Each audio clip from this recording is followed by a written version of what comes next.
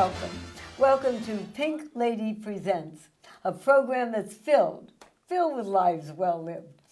People ask me, what do I mean by that? What do you mean by that? Well, what do I mean is that people who give of themselves, people who give to their family, their friends, their community, and today, someone who gave to her country.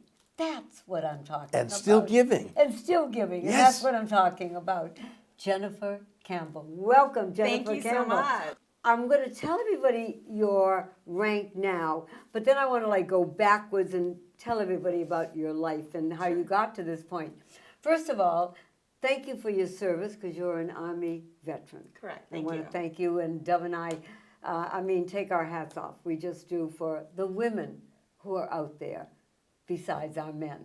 And also, you're a commander of the Hollywood Post 43 American Legion. Correct, yeah. Yes, ma'am. I love it, love it, love it. And who's the newest member of the auxiliary? Moi. If you don't know what moi is, it's French for me. I'm Right. so excited. Jennifer, you began in Iowa. I did, yeah. And tell me about that. Now, So I grew up, born and raised in Iowa. I did undergrad out there. I was a student athlete. I was on the triathlon team. now in what, a undergrad. triathlon team, what is that? So Swim, some bike, people run. Wow. Yeah. Swim, Bike and run. run. Yeah. Wow. So it was involved. That gave you the shape that you're in. Yeah, I mean, I always grew up an athlete, so that was something that I really kind of wanted to continue, and it was fun, you have that team atmosphere, Right. and just, also too, it's very much of a personalized sport, because it's not like you got nine teammates playing football Correct. with you, Right. This it's is still you. very individual, Right. but there was, the team aspect of it as well, so And it was fun. Then when did you go into the service? So I started in the reserves. I joined in 2001, Okay. second semester during my freshman year in Wow. college. And Why? I also tell people, I see the men doing it, okay? And then now it's more women. Yeah. But there has to be why. I grew up in very much a military family. My dad served, my mom served, my grandparents really? served. Yeah, but I never All in grew the up. Army? No, actually, Okay. most of them were Navy. I love it. Well, what was your mom? My mom was Naval Reserves. And your dad? Navy. I love Yeah. it. So I think I talked with a recruiter twice, and I signed up, and I called my dad, and I said, "Hey, I just joined the Army. Do you want to come watch me get sworn in?" And he was like, "What?" So yeah, it was just kind of on a whim. I never really had this kind of lifelong. I've always been very patriotic, and my dad, beyond serving in the military, was a federal government employee for Oh. pretty much as long as In I've what been alive. department? In what department? Department of Agriculture. Now, and the Army has 10 million things that you could do. You were in the Transportation Corps. Correct. Why did you pick that, or do they say, no, you're just going to do it? No. So the way that because I had joined the reserves, they have options for, they call it a split op. So you can do basic training one summer and then come back and do AIT, your training for what you're going to do the Okay. next. So that way you can have school in between. So, but in that time, you don't get any of the benefits, the tuition assistance or anything Oh, like that. So okay. it seems silly to go through an entire year without the tuition assistance. Right. So I chose the shortest school. And I jammed it all. I took my finals early, and I started with school a week late when I came back, and just jammed it all in. So What was Operation Enduring Freedom? that was one of the first operations, on the global war on terror. And so I was mobilized to, and I ended up getting very lucky. I didn't have to go overseas. Okay. So I was, they pulled me out of school, mobilized me for Operation Enduring Freedom. I was supposed to be going to Iraq, and so I was actually mobilized well before we'd even bomb Baghdad. So When you say mobilized, Jennifer, a Ready lot to of go. people- Ready to yeah, go. ready to go. Okay, So they okay. give you your orders, and they send you to a mobilization site. So for me, it was Fort Dix, New Jersey. So that's where you get all your gear, you go through medical, you get cleared, you go through a bunch of training, all that kind of stuff. So they already put all my equipment. My truck was already on a ship to Oh, Kuwait. wow. Ready to go. Yep. Yeah. So they How just, many women were in your group? oh goodness, I'd say it was probably about maybe 20%, Oh, really? 20 to Okay. 30%, 20, That's not probably about bad. 20. Okay. When you came out, what was the first thing you did? I moved to California. Why? I was gonna be an actress. No, really? Yeah, I did When a few did that things. come in? When I first moved to LA, I did some fun stuff, Okay. and right away, I really had a good time with it. But I Okay. learned that it's essentially you go on these auditions every Right, day. right. It's essentially a job interview every day. Oh, So yeah. I got a little bit. It started to wear on me, and I just realized that it wasn't as fulfilling as I thought it was going to be, and there were a lot of things that I wanted to do. So so I kind of shift gears, and health and fitness has always been I was my going to say, passion. you got a master's degree in Nutrition nutrition education. education. So then what did you do with that now? So I'm a personal trainer, nutritionist. Okay. So health, health, wellness, and nutrition and fitness, and all that, everything that encompasses, Right. is really the world that I live in. So it's very important to me, and that's something that I see in my peers, in veterans, where there's really a lot of help that's needed.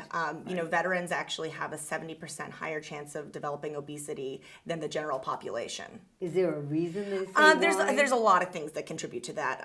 First of all, you go from a very active lifestyle, structured PT, to not, and so it's on your own recognizance if you're going to continue to do that.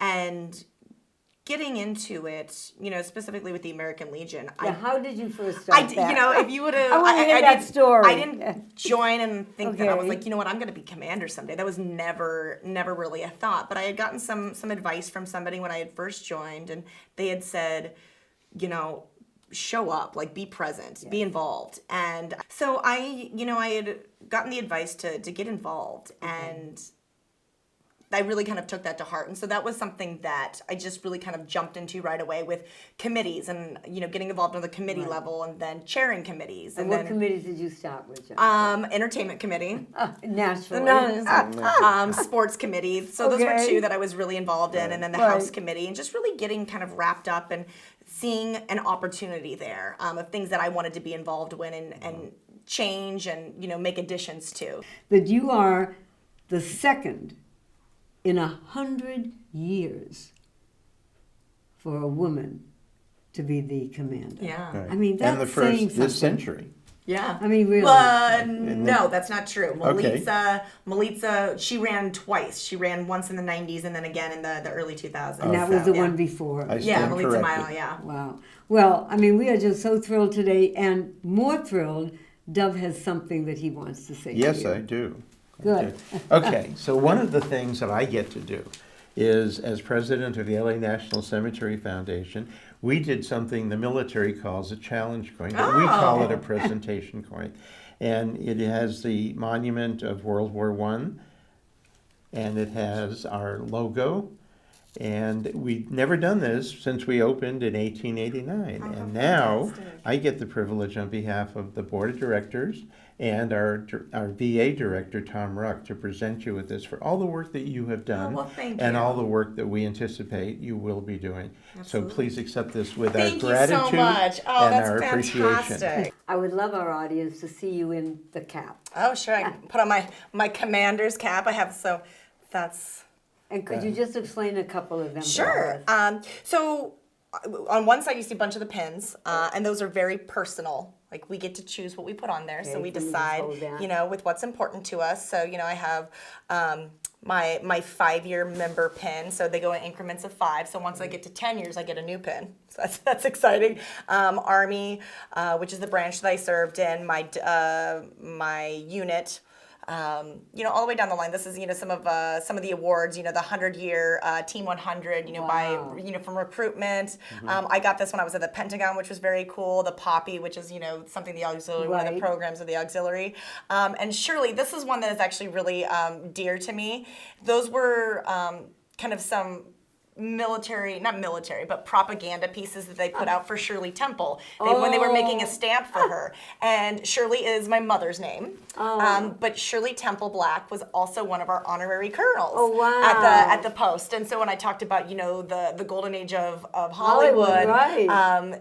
we had a program called Honorary Colonels. Oh my So God, they love didn't it. serve, but they were honorary members of And the Post. who was the most recent honorary colonel? Well, one of them is Jane Austen. Jane Yes, Austen, yes. who was president of SAG, That's Screen right. Actors Right. Guild. Let's see how adorable you're going to Oh, look all at right, that. all right. Okay. Okay, Oh, yes. okay. Yes. Love it, love it, love it. No, and so it's one of those things we kind of have the joke, part of the Funny Hat Club. And, they say when, if more than 3 people are wearing it, it's not weird. So, Right.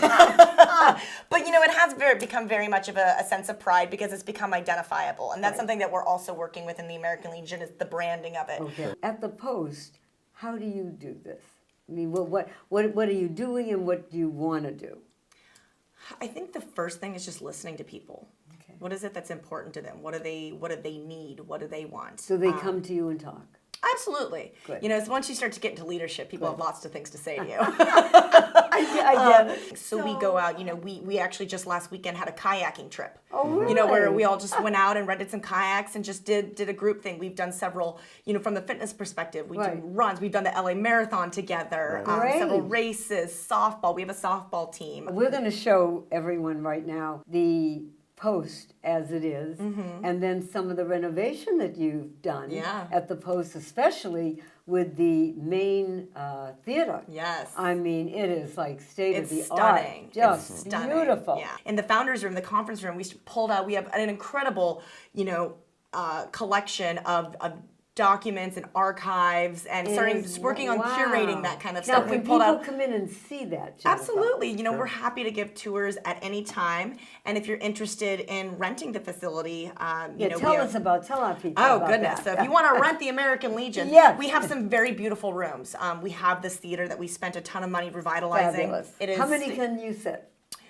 482. Wow. Okay. 482. And Of the it's most comfortable, beautiful seating. they put a lot of Ever thought and a seen. lot They of did. effort and They a lot did. of Yeah. planning. And so what we found is after we started on this path of this beautiful theater, the rest of the building didn't really quite match. And so, we had gotten the advice that you have this beautiful theater and now you have all this overflow space for events. And so Right. we worked on really putting that together and really revitalizing that and bringing it to, everything it really could be. And it's turned out just fantastic. It's so stunning. And we're very, very proud of it. So that was part of our model of, with part of our revenue stream. What I was talking about is really infusing the Hollywood community back into Hollywood Post 43, because that's something that had really kind of been long gone. One How of the are you thing- doing that? I'm Yeah, sorry. one of the things that the public can support is anytime they go to the Hollywood Bowl, they can park in our Post 43, and the revenue helps us do all of this great work. Supports veterans, it supports our members and Right. our programs. If you go to hollywoodpost43.org, there's a donate button, and that'll just be on the check. bottom of the screen just so check you it can out if write you are it. interested in renting our facility. There's post43events.com that you can go and check out all of our spaces. But stop by. I think that just being aware of who we are. I had driven by that post, I don't know how many times before I thought it was a really pretty post office. Didn't know, Really right. did. I was like, that's a beautiful Yeah, post wow, where'd they office. So get I gotta that? imagine there's a lot of people in the community that probably think the same thing, or And they don't don't know. any idea Right. what it They is. don't. And that's so really one of my big goals is Okay. really infusing the Hollywood community back into the Post, that they know who we are. They've been there. They've they seen wanna feel pictures. free to go in. They want to feel Yeah. free to come in. Yeah. They want to That's go it. to an event there. They Good. want to come to a premiere there. And so that's really my goal with, starting to retell and recreate that narrative story. of what it means to be a veteran, what it means to be a veteran in Hollywood, and how we can support our members. Because we have so many members also in the Hollywood, in the industry. Right. So really creating that partnership within the Hollywood community and our veteran community. Well, I say to everybody out there, if anyone can do this, it's Jennifer Campbell. Oh, thank you. Thank you so much for being a life that is being well lived in our lifetime now. Thank you, Jennifer. And we'll see you at Post 43 in Hollywood That's of right. the American Legion.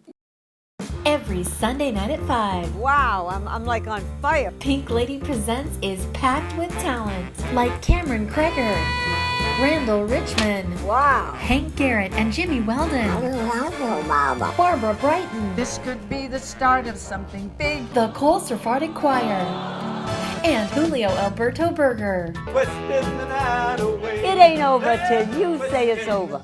Pink Lady presents Sunday nights at 5 on LA 18. At one time or another, every family is faced with mobility issues for a loved one. Call Before You Fall is here for you with all the safety and mobility solutions your family needs. Come see Alex in the Call Before You Fall showroom, or if you can't, they'll come to you in one of their fully stocked service vans.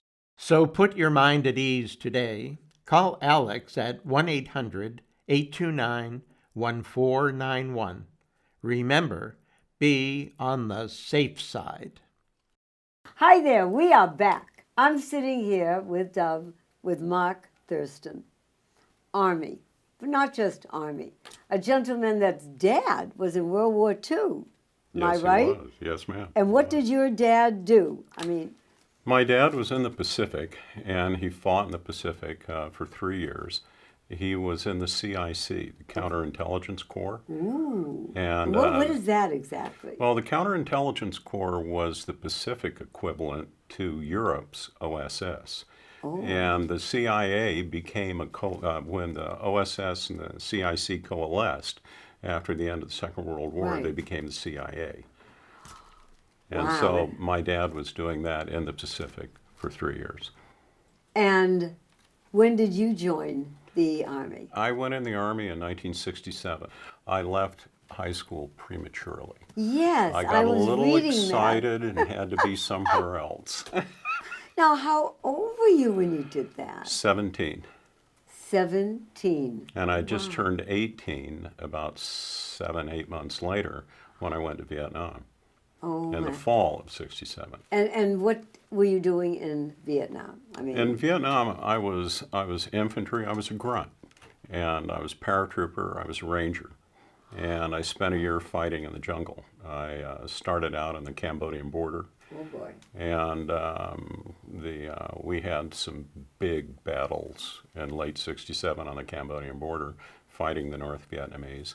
And I was in a separate brigade, the 173rd Airborne Brigade. Okay. And the 173rd was the first Army full-size combat unit deployed to Vietnam Okay, tell in us May what, of '65. but what does that mean when you say that? I'm not. Well, they weren't Green Berets, small band Green Berets, small fighting forces as there had been in Vietnam up to Right. this time. As a matter of fact, the 173rd Airborne was specifically formed and trained for deployment to Vietnam. They were to be Westmoreland Strike Force. And it was all paratroopers, rangers, an elite unit. And the unit went there on Cinco de Mayo, May 5th, Wow. 1965. Oh my goodness. Most 18, of us, 19? most of us are pretty young guys, under 20, the vast majority. And it's not just jumping. We picture, because you see all the movies, they're all Right, jumping right, in the daytime. right. There's nighttime jumps. There were You night have no jumps. clue where you're going. I had one night jump, and it was one of the most exciting things I ever did. It was in Colorado. It wasn't in combat. Thank Okay, and merciful what happened? Jesus. Well, you know, I'll never forget. We put our chutes on, went over and got in a C-141 jet, Oh. and we were going to go out the side doors. All your world, all your focus comes to looking at the lights. There's a red light and a green light, and it's red now, but it's going to turn green. And then it's your turn. And then you go out the door. All of us in a group of jumpers go really? down, holding on like this. At the same time? At the same time. Not simultaneously, but one behind the Right, other. right. And I'd never made a jet jump before, so I had no idea what to expect. And I'll never forget, a jump instructor in our company called us aside. And he said, well, guys, I want to bring something to your attention. Don't forget this. And I thought, don't forget. Okay, what don't we forget? And he said, well, don't go to the door, grab the door, and throw yourself out like that, which you usually do when you're jumping into prop blast. Right. Yeah, because it'll, you don't want to be blown back into the aircraft. So you've got to try to exit it forcefully. Well, in a jet, Okay. if you do that and your parachute comes open into the hot jet blast, it'll melt your chute. Oh, no. So he said, now remember, there's an air spoiler on the side. When you get to the door, there's a platform, which I'd never done before, and the air spoiler. And he said, just go there and you get on the platform and kind of step to the side. And then you go out, and I stepped to the side, and I just went under the aircraft like that. And it was Wow. one of the sweetest jumps I ever made. Really? It wasn't violent. It wasn't like being blown from a cannon. It was just soft and nice. And I went under the plane like that. My chute opened, and there was about half a moon out. It was early December. And when it's a half moon, it's all the way up. It's pretty well overhead. Right. And I could see my other friends' parachutes. The white silk was illuminated by the moon. And I thought, my God, It's beautiful. it's beautiful. This is my last jump. I'll never do this again. I'm going home. It doesn't get better than this. Oh my God, where's the ground? I looked down like that, and there it was, bam! And I just hit the ground, crumpled. I wore glasses then. My helmet came forward and broke my glasses on the bridge of my nose. And I remember seeing them fly off in the air like this. And I kind of pulled myself together and collapsed my chute. And I was able to find one half of a glass. And I put it on like that. And Monocle. it became me monocle. Yeah. Well, And I that found was- my I was friends. going to say, And you never forget that as long as you live. I Never. mean, really. We will be back. From infants to seniors, AdvantagePlusCaregivers.com provides quality, compassionate caregivers that you can depend on. And for those departing the hospital, our transitional care service delivers significantly improved patient outcomes. So if you or someone you love is in need of home care, call 1-800-687-8066. AdvantagePlusCaregivers.com. We're all about the care. We are back. You completed high school at a junior college. What I did was I went to junior college for a year and a half, took all my GE, Got you to high school. then, Okay. and that finished high school, finished all my general ed requirements for an undergrad, got into USC on a full scholarship, and studied music, voice, opera. So you had a voice then. I mean, you were. Night and day, Oh my goodness. you are the one. Only you beneath the moon and under the sun. Oh my God. You got to come back and sing. We never knew this. And then you went to law school. That was in my early 50s. So that's when some of the problems began to happen. That's when Vietnam really began to catch up with me. Right. I was exposed to a lot of Agent Orange. They just sprayed it everywhere, particularly along the Cambodian border. They had, actually, believe it or not, they had industrial strength Agent Orange, which they sprayed in the heavy jungle areas, the triple canopy where we were, and then they had Agent Orange Light. And they sprayed it where the foliage wasn't so heavy. So they just dumped it on us, turning, vast swatches of land into lunar landscapes. And most Vietnam veterans that I know that are alive today have some Agent Orange presumed health problem. Once I began to realize that I was dealing with a lifelong thing, that probably pharmaceuticals were not going to help, I had to find a way to manage it. Manage your life. Yeah, so that you manage could- my life. that's And right. so that began the whole journey of trying to realize this isn't going away. This is the gift that keeps on giving. Correct. You've just got to learn how to get out in front of it. Right. And And so to that- live with it. I'm going to stop right now for a second. I'm always proud at moments like this because this program is all about lives well lived, Mark. It just is. No matter what, no matter the age of the person or where they're from or what they've done something to make their life worthwhile for others to understand and be proud of them.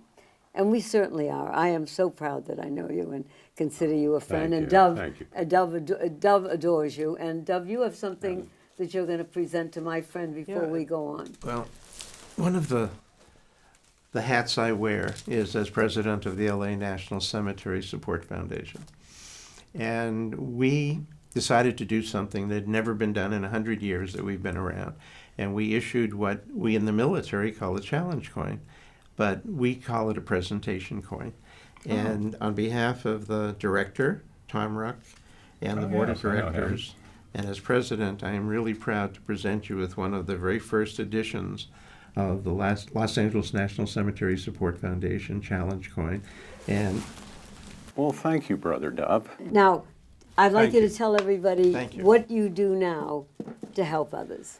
I was post commander, Jewish war veterans. Yes, right. And one of the members of my post, That's dear post man, 138. Post 138, dear man, Maurice Rothheiser. Maurice, World War II vet, Europe and Japan. Oh, And he was liberating camps at the end of the war. Jewish man liberating camps. And Maurice came to me after a meeting one day and he said, Mark, I don't know what to make of this. And I said, well, what's that, Maurice? He said, well, I went to the Sepulveda VA. And he said, and I looked on a directory board of all these various veteran organizations that are there to provide assistance to veterans seeking disability claims, so forth. I don't see Jewish war veterans there. Why is that? We were the first veterans organization recognized by Congress over 100 years ago. You know why that is? I said, Maurice, it's a good question. I don't have the Right, faintest right. idea. So my response to that was, okay, let's do something about it. I looked into it, called Jewish war veterans, did this, did that, found this organization, NVLSP, and they are a national organization that helps train attorneys and others to handle veterans law. I studied through them with their study material.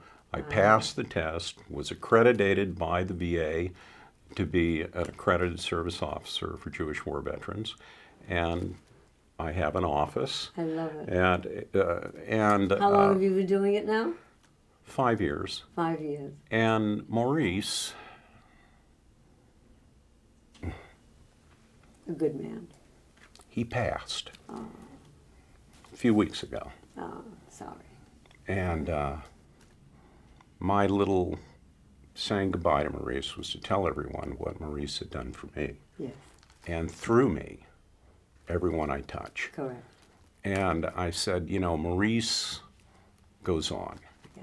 and he lives on. In you. And whatever I was has you just touched, right? an instrument of his good intent. And we can all thank Maurice and his question. And I thank you with all my heart for what you do, what you've done, and what you will be continuing to do. You're a young man, my friend, and we need you to continue to help others like you're doing. Well, thank you, love. Thank you. God bless. Join us as we continue to honor our veterans and active duty right here on Channel 18 every Sunday at 5 on Pink Lady Presents. I'm gonna laugh instead of cry. I'm gonna take the town and turn it upside down. I'm gonna live until I die. They're gonna say, what a guy. I'm gonna play for the sky. Ain't gonna miss a thing. I'm gonna have my fling. I'm gonna live until I die. The blues I lay low.